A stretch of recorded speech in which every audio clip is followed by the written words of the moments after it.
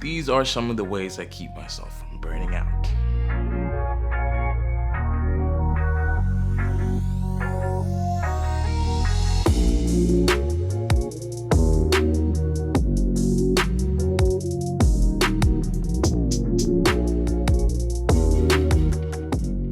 What up? Welcome back to another OSCP preparation video. I am late. I was supposed to post this about 3, 4, 5 days ago, but I've been busy. I have the OSCP to study for. I have uni I'm going back to soon. I have to go to the gym now because I'm playing sports again. It's a lot. But that is some of the stuff I'd like to address in this video.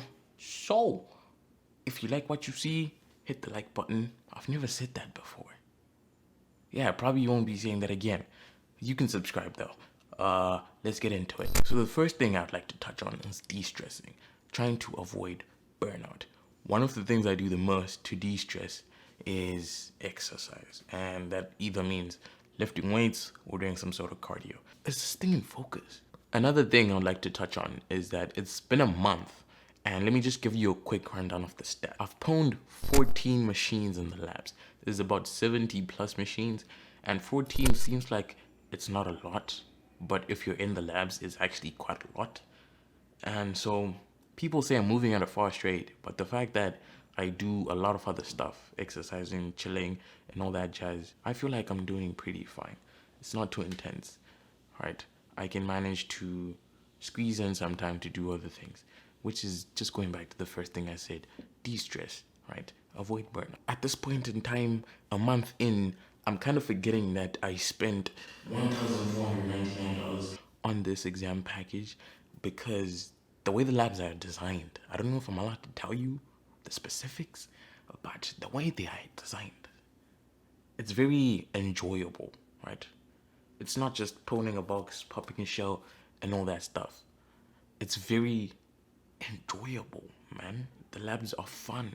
Like the machines, the foothold, the Privesk stuff, all of it, the Active Directory sets. I don't know if you saw my tweet. If you didn't, you should go follow me on Twitter.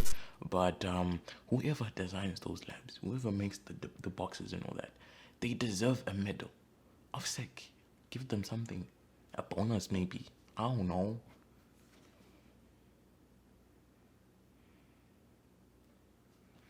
Okay, apart from this de-stressing and having fun stuff, let's get into some of the technical stuff in our OSCP preparation.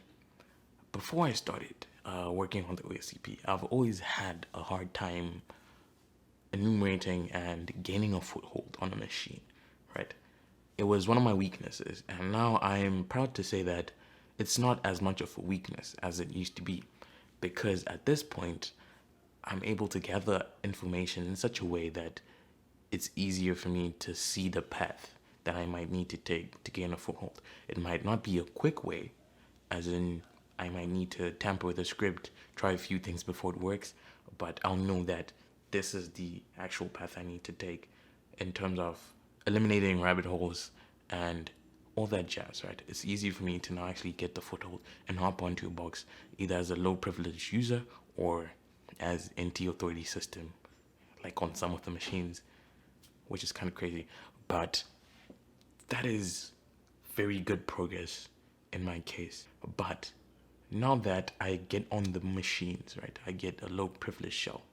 Privesk is now the hard part. There's a lot to sift through. And I was talking to one of the boys on Discord, and I was like, someone should make a video on how to go through LinP's and WinP's output. Like, there's so much to look at. Sometimes you miss it. You know how for LinP's, the yellow thingy is usually 95% the privilege escalation vector or a privilege escalation vector. What if that yellow thing is not there? I'm probably gonna miss it, right? There's some things you need to look at that might not be highlighted that could work to help you escalate, but just because there wasn't that yellow bar surrounding it, you didn't see it. So that's one thing I am worried about and working on, by the way. We don't just worry here, we put effort to get better. Yeah, that is something I'm now working on, privilege escalation, the methodology. methodology is important. We're still fixing the one for enumeration and gaining a foothold. Now we also need to start working on the one for privilege escalation, which is what we're currently doing, right? You hop on a machine, what are some of the first things you do? That sort of stuff, right? You need to have that in mind. Otherwise, you're just going to look at random stuff and then you end up getting lost. And then looking at that random stuff again, thinking you made a mistake. And then you end up getting even more confused because then you think you looked at everything, but you did not. You did not look at everything. I'd also like to touch on something I feel like people talk about a lot, which is, do you use write-ups or do you get hints, right? And there's a difference between learning and making progress and wasting time.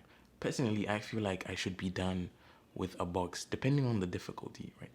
I feel like I should be done and with the box within 4 or 5 hours. If I've spent more than 2 hours on trying to gain the initial foothold, I'm going to get a hint.